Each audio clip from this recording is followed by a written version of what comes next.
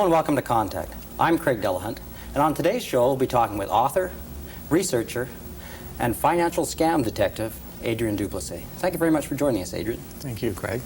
Adrian, you work with Stockwatch magazine. Can you tell us a bit about the magazine and the work you do? Stockwatch is a publication which covers all Canadian stock exchanges, and the companies listed on them. It includes all the information that what the companies are doing, who's behind them, who's involved. It comes out daily, weekly, and quarterly. It's a magazine mainly read by stockbrokers and industry insiders. You don't really see it on your magazine stand. It's not up there with, general circulation publications, but it's the inside dope, basically, on stock markets in Canada. And what's your job? I work on the database. I input all the names and details of the people that make up the markets, the promoters, the insiders, the shareholders, the vendors, all the people that are involved in any way with these companies. I pull the documents, or the documents provided to me, and I enter them into a massive database which helps us keep track of who's who in the marketplace. Now, you've been described as a self-appointed watchdog for the VSE. Can you tell us why you do this? It's probably a thankless job. Well, it is thankless, and why I do it, I mean, that is a good question. You do what you know, and I know about the market, and no one else seems to be concerned about the corruption and the illegalities of the Vancouver Stock Exchange. So it's sort of, you have a job that no one else wants and no one else is doing, you fill the void. Well, for the past 2 or 3 years, it's been pretty quiet on the VSE. Is it being cleaned up? There's rumors that there's been an effort made. I think the quiet period you're talking about is a direct consequence of there being a lesser number of journalists writing about the VSE as there were 4 or 5 years ago, and I've been around for 12 years through the various cycles. Back in '87 through '89, there were probably half a dozen journalists, local and national level, that regularly wrote articles on the Vancouver Stock Exchange. Financial Post writer Diane Francis, David Baines locally, there was another reporter, Peter O'Neill locally, so we had 2 in Vancouver at the time, the Sun Province. The Globe and Mail covered it. Now there's really only David Baines at the Sun. So I think the sort of scandal scale of the VSE goes up and down depending on how many people you have looking at the place. If we had half a dozen reporters writing about the VSE today, you'd be hearing about as many scandals as there ever were. It's no cleaner today, certainly, than it was years ago, but there's just less being written about it. Before we talk more about the VSE, could you explain the difference between stocks and bonds? Well, a stock is basically, it represents, or shares in a company or stocks represent a partial ownership in some sort of entity or company that is supposedly out there doing something, creating a product, mining, and bonds are a sort of a debt issue where you put money into that's funding the same kind of enterprises. I mean, there are different ways of funding operations. Stocks and the stock exchange is created to, in theory, allow people to own a little piece of IBM or Xerox or Kodak, which are companies that are actually, doing things, and you can buy their products. Or, in the case of a lot of Vancouver issues, you can own a piece of something that really exists only in the minds of certain stock promoters. Well, what happens to the economy of a place if this money goes into speculation where there isn't really a chance of a venture coming through, when it could be used for social ventures such as building community centers and things like that? Well, the great danger, and this is I think the tragic waste of an institution like the Vancouver Stock Exchange, is that it's put there in principle to do something which is a worthy enterprise. No one objects to the idea of even risk capital or venture capital speculation, money being put into ventures that may succeed or fail, but honestly, and you employ people and you add to the economy. But when so many millions, in fact even billions of dollars, are actually getting drained from real enterprises, rather than employing people, they're going to pay for a boat or some high lifestyle for a stock promoter.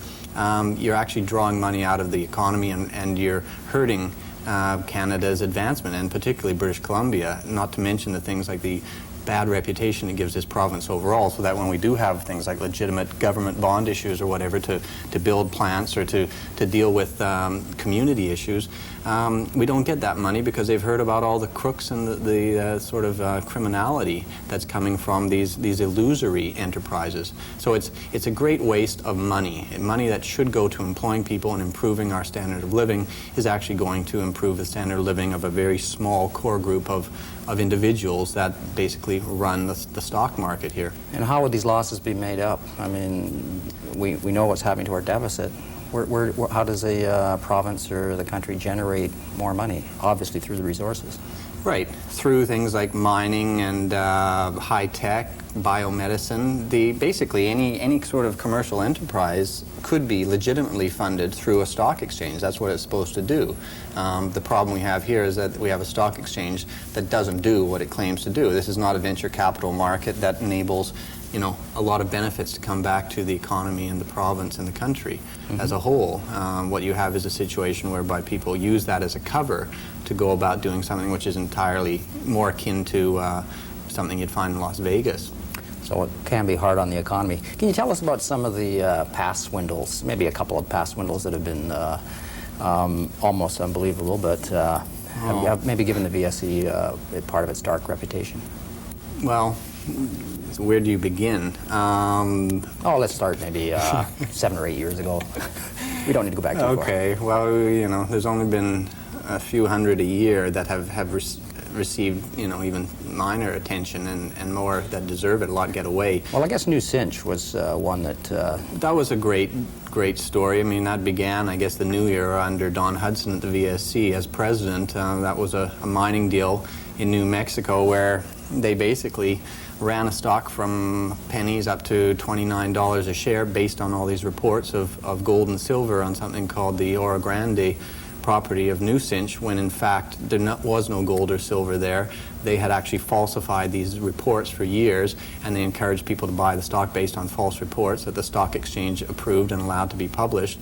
And then, of course, someone went down and checked it out and found there was nothing there, and it crashed. And now, how high did it get before it crashed? $29.50, I believe. On what sort of volume, do you think? Oh, it was trading millions of shares. In fact, one company that ended up suing, an Ontario company, mining group, that bought into the company alone lost over $20 million. And they ended up suing the Vancouver brokers and the stock exchange over that deal.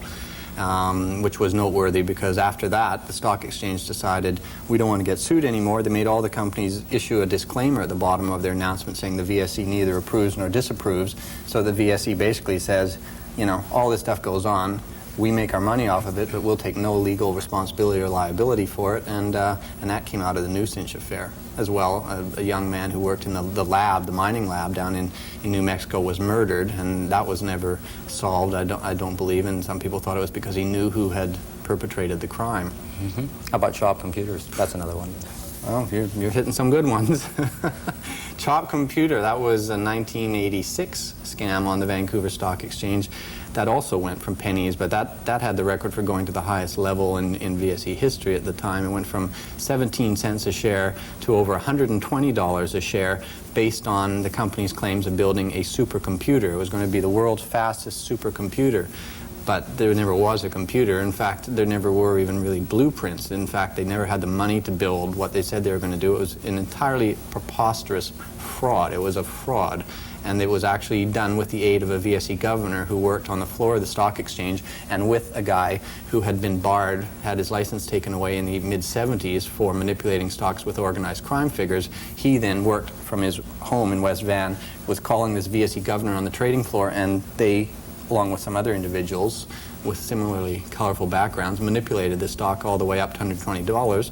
And of course the VSE did nothing about it because it would have, what are they going to do? Nail one of their own people, one of their own governors, ahead of a brokerage firm. And of course that stock crashed as well and resulted in, there was one lawsuit that came out of it, a disabled California woman who lost her disability pension by investing in this company, being advised by a broker who was a former manager of the VSE's compliance department, who then became a stockbroker and worked for all these crooked promoters, putting American clients into phony deals.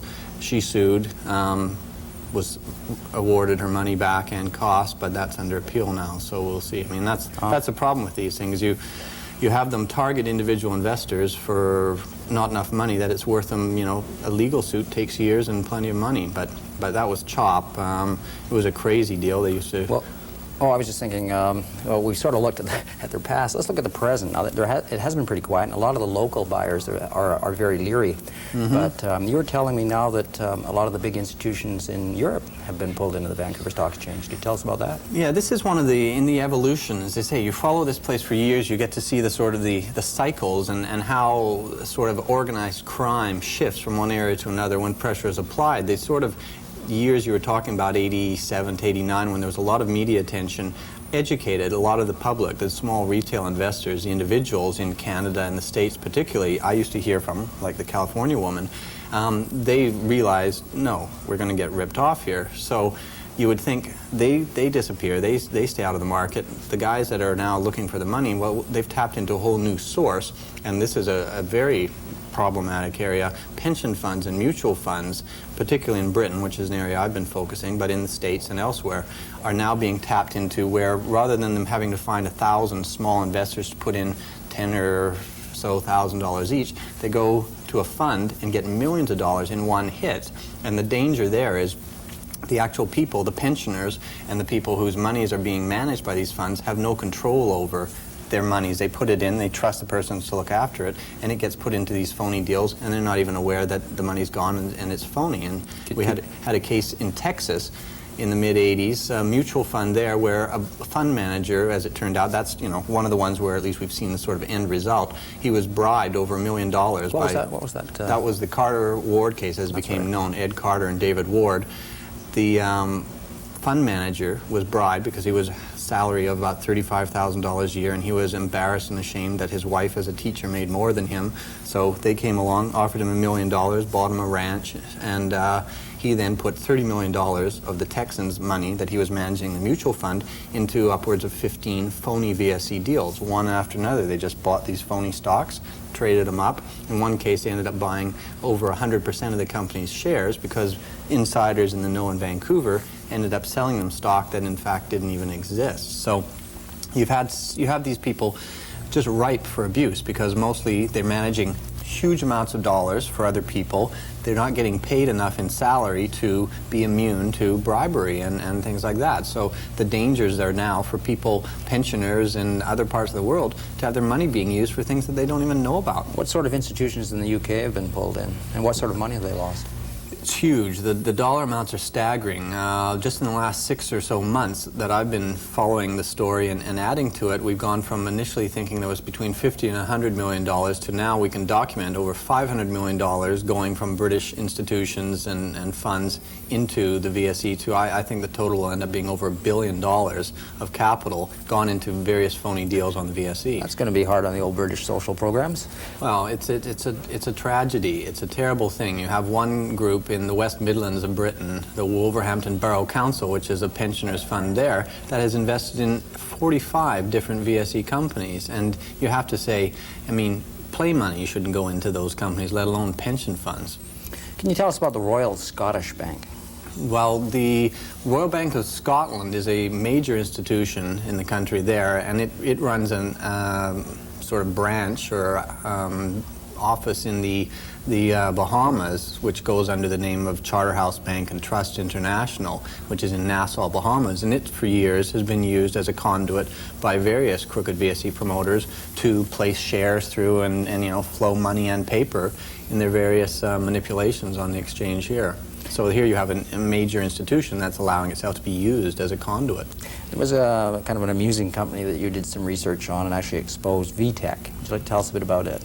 Well, VTech is another... It's not really amusing, it's actually quite tragic, but... Well, like most of these VSE stories, it's sort of black humor. They're very funny if no one was getting hurt and if they were just pretend and monopoly money, but the fact is they all have a somewhat devastating effect, whether it be economically or environmentally. But And it seems like some of the issues they bring up could actually be viable issues, but they'd rather not actually take them to fruition because it's easier to make the money by... Well, it's easier to sell stock and paper than actually produce a product. I mean, then you have to actually do the work. I mean, if the end goal is to actually employ people and create wealth and create AIDS tests, which was the case of VTech, or build a mine, then that's a good end. You know, you're actually going to something. But a lot of the mentality with a lot of the VSE promoters and brokers is simply to make the money. It doesn't mean that you have to go the whole way. So rather than making an AIDS test, why not just say you're doing it, or why not say you're mining, or whatever it is. You're building a computer. If you build the computer, you have to really do it. But to just sell paper based on that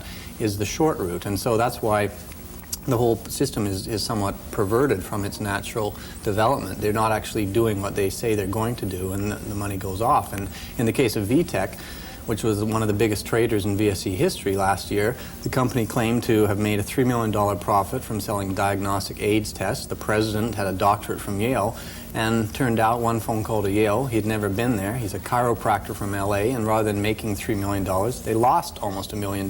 So the thing is basically, I mean, you're talking fraud. And this is 1992's top trader. Another company has since passed it, but this is still happening. The VSE, you know, they say they've cleaned up, but VTechs exist. What did he say when he was questioned about being a doctor? Oh, he felt, Dr. Parker felt there was no difference between having a doctorate from Yale and just being a chiropractor. From a scientific standpoint, he didn't see the difference, was his view. Can you tell us about Pine Ridge? Pine Ridge is a collection of companies that also, this is a major scandal of the last year, and this is one that also involves those same British institutional investors and pension funds that we talked about. So it's a very problematic area, and upwards of $50 to $100 million that sort of disappeared into a black hole of what are known as the Pine Ridge group of companies that were run by a stock promoter here named Harry Moll for the first years. He brought in some Swiss partners, and they claimed to be doing everything from, had a giant clam in a Honolulu shopping mall, and they were going to grow the world's largest pearl. That was cross-Pacific pearls, and they were getting into cultured pearls. I mean, it's the kind of stuff that, and they had biorhythm machines that they were supposed to put in shopping malls, stick your finger in. And now where did the money go? well, the only money we know for certain where it went is some of it's ended up in Panama, and the amount exactly is not certain, but the company raised upwards of $50 million of Pine Ridge companies for all these various ventures, And wasn't it also used to pay off debt in another company? Oh, they've circulated around from one to another and used, you know, the money to prop up the one deal. I mean, there were half dozen companies in that, everything from medical lasers to the pearls, and basically it's all shell game. It's sort of like you run from one stock promotion to another and use the funds from the one. When you dump it, you go on to the next and push it up. And what we do know is that some of the money has ended up in Panama, and losses have been, the monies have been written off, and the players behind that, the brokers involved in the deals, are still active on the VSE today. And we're going to hear a lot more, I think, out of the Pine Ridge case, because they say tens of or hundreds of millions of dollars may have been lost in Europe through that deal. Why is this being allowed? Why hasn't the exchange been shut down? Well, I think it makes a lot of money for a lot of influential people, and they, of course... What about the NDP's promises to clean it up? Well, why the government doesn't do something or hasn't, I mean, of course, we've had for several decades, we had a government that was very supportive of the players. In fact, a lot of the money raised on Howe Street went towards the campaigns of various so-called politicians. Now, there was a bit of a change under the last government. Bill Vander Zalm and the big players on Howe Street hated each other, and that was part of his reason for his downfall amongst them, as they were out to get him. With the new government, you have again, it's not politically smart for anyone, whether they be right-wing, center, as the NDP are, to deal with it, because a lot of people don't understand how the VSE works and how it is an illusory institution, and it's not the venture capital market it says, so they don't know that things are as bad as they are. And then the government then enables them to not deal with it. And if they do deal with it, they're dealing with a lot of brokers, accountants, lawyers, people who really have kind of a lot of weight and can make things uncomfortable. And I think the NDP, they find when they bring in things like labor bills, they run into enough backlash and screaming from the business community, they would have a hard time dealing with against the real heavies of Howe Street. Why did David Baines get a death threat for calling it a sausage factory? Well, David Baines, the Sun reporter, as we've noted, over the years, there were a lot of reporters writing about the VSE, and I think back in those days when there was half dozen people exposing the criminality of Vancouver Stock Exchange promoters and brokers, they were protected. But for the last couple of years, things like the Globe and Mail and a lot of the national papers have just said, well, the VSE is a joke, we don't take it seriously, no one does, except the people down there, so why should we write about it? It's not real business.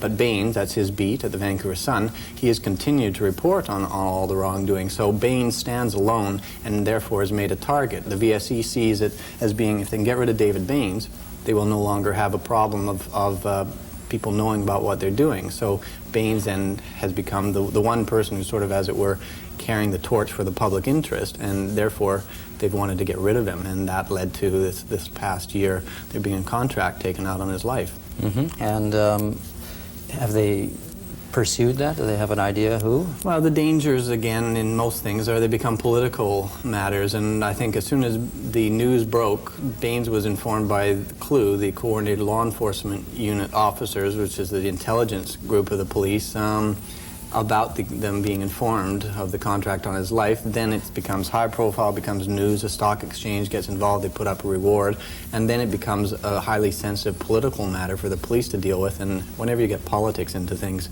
sort of, you know, things go out the window. What's the definition of insider trading?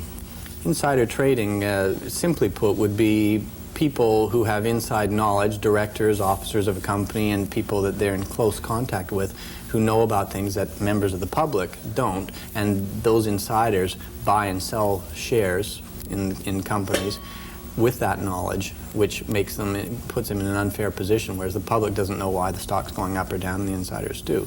In a recent and ongoing case involving insider trading, we won't maybe mention names here, but is it logistically possible for that case to have been anything but insider trading when you consider the definition?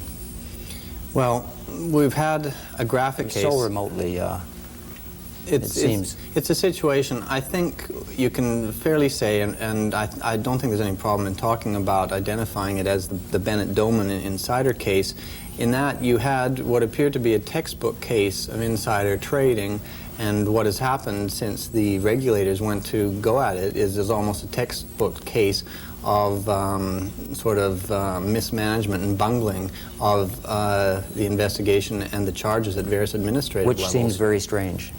Well, it's curious indeed. I mean, it began with the original laying of charges, which had to be questioned. Ontario and British Columbia were going after it and looking into it, and ended up being criminal charges were laid in BC, which could be argued prematurely, which set up a whole scenario whereby Ontario couldn't proceed, and it caused a lot of problems for the Securities Commission dealing with the issue of double jeopardy, because as it turned out, Bennett and Doman were acquitted in provincial court in a trial which of course has raised more questions than answers about insider trading. Seems almost like an old story. We're almost out of time, but I want to talk a bit about Galactica and Summitville down in Colorado. This is a story that's just breaking down there. Yes. Can you tell us a bit about that? Well, that's an example We've only got about a minute. the dangers when VSE promoters actually do something. You know, Galactic, which is promoted by a guy, Bob Friedland, and also got a lot of this British institutional money, has actually created one of the biggest mining disasters in Colorado. They went to build a mine where you shouldn't build a mine simply because they had a stock to push on the VSE called Galactic, and they've left basically a legacy of a big cyanide pond in Colorado that's likely to and has destroyed streams and fish life, and is costing Colorado taxpayers millions of dollars, and the eventual cleanup may be $60 million. So this is just something, basically they used a mine in Colorado as a prop for a stock manipulation on the VSE. And what's happened to Galactica? Galactic, well, went as high as $18 a share a few years ago on the VSE. It's now trading at 10 cents. Colorado is left with the cyanide, the British institutions are left with worthless paper, and the promoter, Bob Friedland, is now pushing a stock that's claiming to go do the same thing, some mining in Venezuela. And so life goes on for the VSE promoters, and there's damage, as I say, economic and environmental in other parts of the world. And that's actually threatening the Rio Grande. Yeah, it's a major environmental disaster, and yes, we'll be hearing a lot more about it. Can you tell us about the article you did on the real-life Indiana Jones? Chuck Fipke, he's a rarity on the Vancouver Stock Exchange. He's a fellow who spent much of his life looking for diamonds. He's a geologist who just basically, he wants to actually do the work. He wants to find a mine. He wants to create something, and he has sort of... He's had a very colorful past. He's resisted the advances of the VSE people to single-mindedly go ahead, but he's done things like he lived in New Guinea and, you know, looking for soil samples with cannibals, you know, chasing him and rescuing missionaries and things. He's got a collection of blowpipes. blowguns from the pygmies and things, and he's traveled all over the world and worked in a lot of exotic locations, and he's come back to BC and trailed a bunch of minerals all the way up to the Northwest Territories, and it now appears that there may actually be a diamond find. And a legitimate one. A legitimate diamond find that has, you know, the big companies and De Beers and people looking to get involved. I mean, it could be a great Canadian success story. Now, the danger there is every sort of illegitimate promoter in town, including the promoter of Nucinch, the scam we talked about at the beginning of this interview, is up there now saying, I've got diamonds, or I'm looking for diamonds. So you have Chuck Fipke, who is a real core, solid guy doing his work, and then all these other, as it were, parasites latch onto his success to carry on their own sort of game. So it's an unusual and interesting organism. Have you got any words of advice for anyone thinking of investing in stocks, especially smaller stocks?